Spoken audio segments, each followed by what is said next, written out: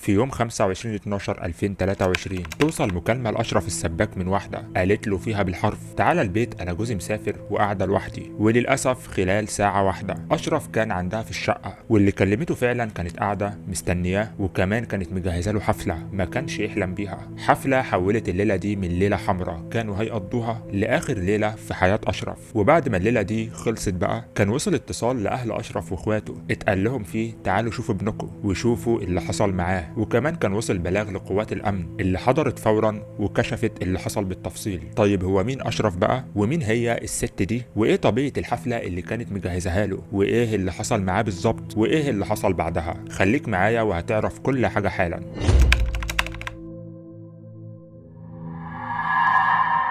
ازيكم عاملين ايه؟ يا رب تكونوا بخير. قصة النهاردة احداثها بتدور يوم الاثنين 25/12/2023 الساعة 2 مساء، وتحديدا في منطقة دار السلام التابعة لمحافظة القاهرة، لما حصل الكلام اللي عرفناه في المقدمة. معانا في حلقة النهاردة كذا شخصية، بس الشخصية الرئيسية فيهم هتكون هي شخصية أشرف، اللي طبعا مفيش أي صور ليه نظرا لحساسية القضية. أشرف باختصار هو شاب شغال سباك ومقيم مع والدته في شقة في منطقة دار السلام في محافظة القاهرة، وهو الابن الأوسط لوالدته، وعنده 4 اخوات تانيين، بس تقريبا هو الوحيد فيهم اللي كان مقيم مع والدته في يوم مشهد البداية. الشقة اللي أشرف مقيم فيها مع والدته موجودة في الدور الأول في عقار مكون من 4 طوابق، ده غير إن عيلة أشرف ساكنين في الشقة دي من 40 سنة تقريبا، وده تقريبا من وقت ما والده الله يرحمه اتجوز والدته. وطول الفترة دي وأهل المنطقة بيشهدوا لهم إنهم ناس محترمة، وإن أشرف شاب محترم جدا وصعب يتصدق عنه أي كلام مش كويس، والراجل شغال سباك وبيكسب فلوسه بالحلال. وأعتقد بقى إنك لحد هنا كده عرفت مين هو أشرف، وممكن تسألني هي فين المشكلة بقى؟ أقول لك بقى فين المشكلة. عشان نوصل للمشكلة تعالى نطلع مع بعض للدور الثالث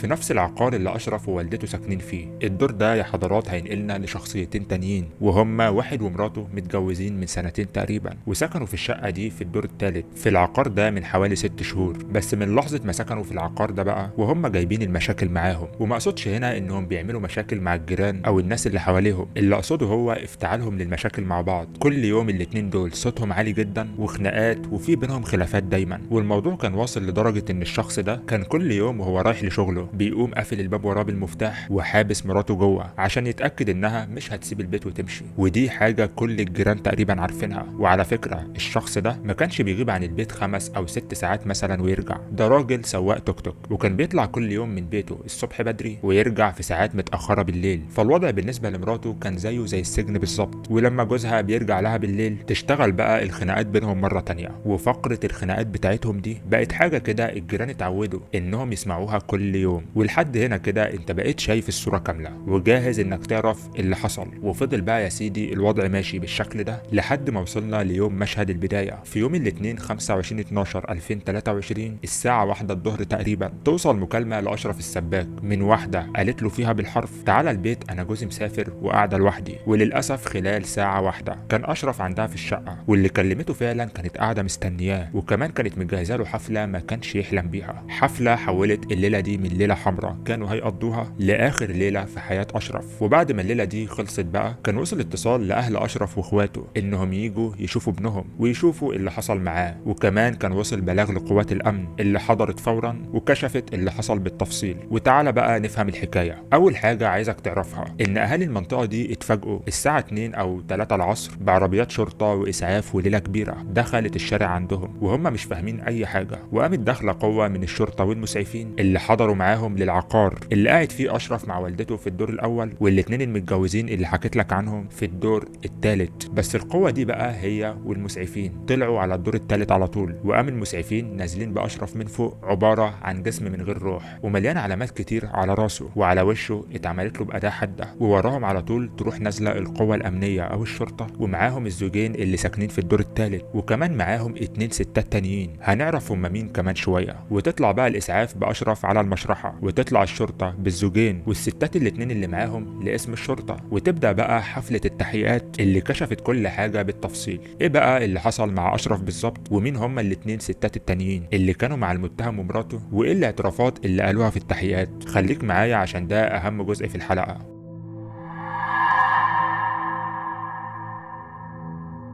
اهلا بيكم مرة تانية بعد كل التفاصيل اللي عرفناها ولحد ما وصلنا لمشهد القبض على الزوجين بتوع الدور الثالث ومعاهم 2 ستات تانيين. وطبعا بعد ما تم نقل اشرف للمشرحة نوصل بقى لمرحلة التحقيقات. اول متهم معانا في التحقيقات هو سواق التوك توك اللي ساكن مع مراته في الدور الثالث. الراجل ده قال باختصار ان بسبب طبيعة شغله فهو كان بيغيب عن مراته كل يوم من الصبح ولحد اخر اليوم. وفي اليوم ده بقى تحديدا اللي هو يوم الواقعة المتهم ده قابل اخته وقالت له ان مراته على علاقة بواحد من الجيران وتحديدا اشرف اللي شغال سباك، وان اشرف ده بيروح لها البيت وهو مش موجود. واللي حصل بعد الكلام ده ان الشخص ده راح لمراته البيت وواجهها بكلام اخته وسألها بشكل مباشر انت فعلا على علاقة باشرف؟ وساعتها مراته انكرت ده وقالت له لا طبعا، ده بيجي البيت عشان يصلح السباكة. قام وقتها جوزها واخد الموبايل بتاعها واتفاجئ ان فعلا عليه تسجيلات لمراته وهي بتكلم اشرف. وساعتها قام مدد ايده عليها وطلب منها انها تكلمه دلوقتي وتطلب منه انه يجي، وده اللي هي عملته. بس هو في هنا سؤال غريب شويه، ازاي اشرف كان بيطلع لها وهي اصلا جوزها كان بيقفل عليها الباب بالمفتاح كل يوم وهو رايح شغله؟ هو ده سؤال غريب فعلا. بس الاغرب منه بقى هي الطريقه اللي اشرف كان بيطلع لها بيها. وعلى حسب كلامها فهو كان بيطلع لها على مواسير المنور لحد ما يدخل لها من شباك الحمام. وعموما بقى بعد ما جوزها طلب منها انها تستدرج عشقها او اشرف قامت فعلا متصله بيه وحصلت المكالمه بتاعه مشهد البدايه اللي قالت له فيها تعالى البيت انا جوزي مسافر وقاعده لوحدي. وقالت له كمان ان اخت جوزها نزلت تشتري حاجات من بره ومش هتيجي دلوقتي. وللاسف خلال ساعه واحده اشرف كان وصل عندها الشقه، سواء بقى من الباب او مواسير المنور مش هتفرق كتير. وهي كانت قاعده مستنياه ومش عارفه تقول له ايه او تعمل ايه. وعلى حسب كلام جوزها فهو في الوقت ده كان مستخبي هو واخته وصاحبه اخته في الاوضه بتاعه الاطفال. واول ما شاف اشرف دخل فعلا وبدا انه يقلع البنطلون، قام هجم عليه فورا وبدا انه يلوش فيه وهو بيقول بصوت عالي مراتي بتخني وانا مسكت عشقها وكلام كتير زي كده. ده غير كمان ان اخته وصاحبتها نزلوا على اشرف بحديده كانت معاهم لحد ما فقد وعيه. وبعدها قاموا رابطينه بحبل غسيل وسلك كهرباء. وراح المتهم اتصل بالشرطه وبلغ باللي حصل، لكن على ما الشرطه وصلت كان اشرف رصيده في الحياه انتهى. وقامت الشرطه قبضه على كل اللي في الشقه وحولتهم للتحقيق واعترفوا بالكلام اللي عرفناه. وبعدها بقى في 30/12/2023 تم اصطحاب المتهم تحت حراسه مشدده لشقته اللي تمت فيها الواقعه، ومعاه فريق من نيابه حوادث حلوان الكليه، وده عشان يتم عمل المعاينه التصويريه بالصوت والصوره. وهو المتهم بيعيد تمثيل جريمته زي ما عملها بالظبط. وده كده كان كل اللي حصل. اما بالنسبه لوالده اشرف بقى فهي ما كانتش في البيت بقالها 3 ايام تقريبا، وده لانها كانت موجوده في مستشفى الامل اللي موجوده في شبرا مع حفيدتها اللي كانت تعبانه. وكانت والده اشرف مقيمه معاها في الكام يوم دول. وفي يوم الواقعه بقى الساعه 7 بالليل وصلها مكالمه وهي في المستشفى من واحد من ولادها قال لها فيها تعالي البيت عشان في مشكله مع اشرف. وساعتها قامت والده اشرف سايبه المستشفى وطلعت تجري على البيت. ووصلت هناك الساعه 8:30 تقريبا. واول ما وصلت لقيت ناس كتير واقفه والدنيا مقلوبه وبيقولوا لها ان اشرف تعيش انتي في الشقه بتاعت جيرانكو اللي في الدور الثالث. وهي فعلا مش مصدقه الروايه بتاعت المتهمين وبتقول انها ساكنه في الشقه دي من 40 سنه وعمرها ما حست بحاجه، وبتتهمهم انهم استدرجوه وخلصوا عليه لاي سبب تاني. وبعدها اتهموه بالاتهام ده. والغريب في الموضوع ان اشرف فعلا كانت سمعته كويسه وفي ناس في المنطقه مش قادرين انهم يستوعبوا الكلام ده. بس عموما اللي حصل بعد التحقيقات وكل الكلام اللي اتقال وعلى حسب اللي تم نشره يوم 23/7/2024 ان التحريات اثبتت ان فعلا تم استدراج الضحيه لاقامه علاقه غير شرعيه مع زوجة المتهم، وان النيابه وجهت للمتهمين تهمه القتل العمد مع سبق الاصرار بانهم كانوا مبيتين النيه وقاصدين يخلصوا عليه في المكان والزمان ده، وكمان اختطاف المجني عليه بالتحايل. وهم حاليا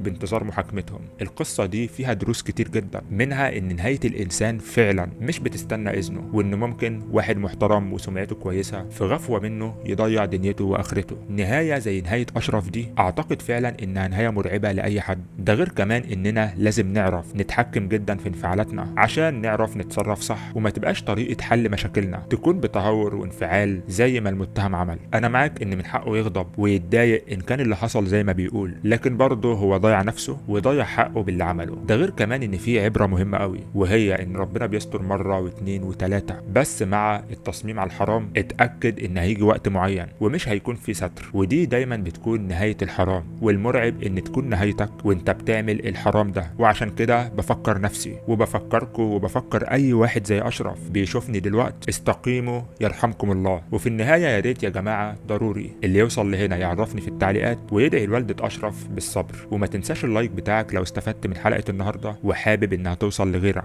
كان معاكم اسلام الجندي في سندوتشات رعب، ومع السلامه.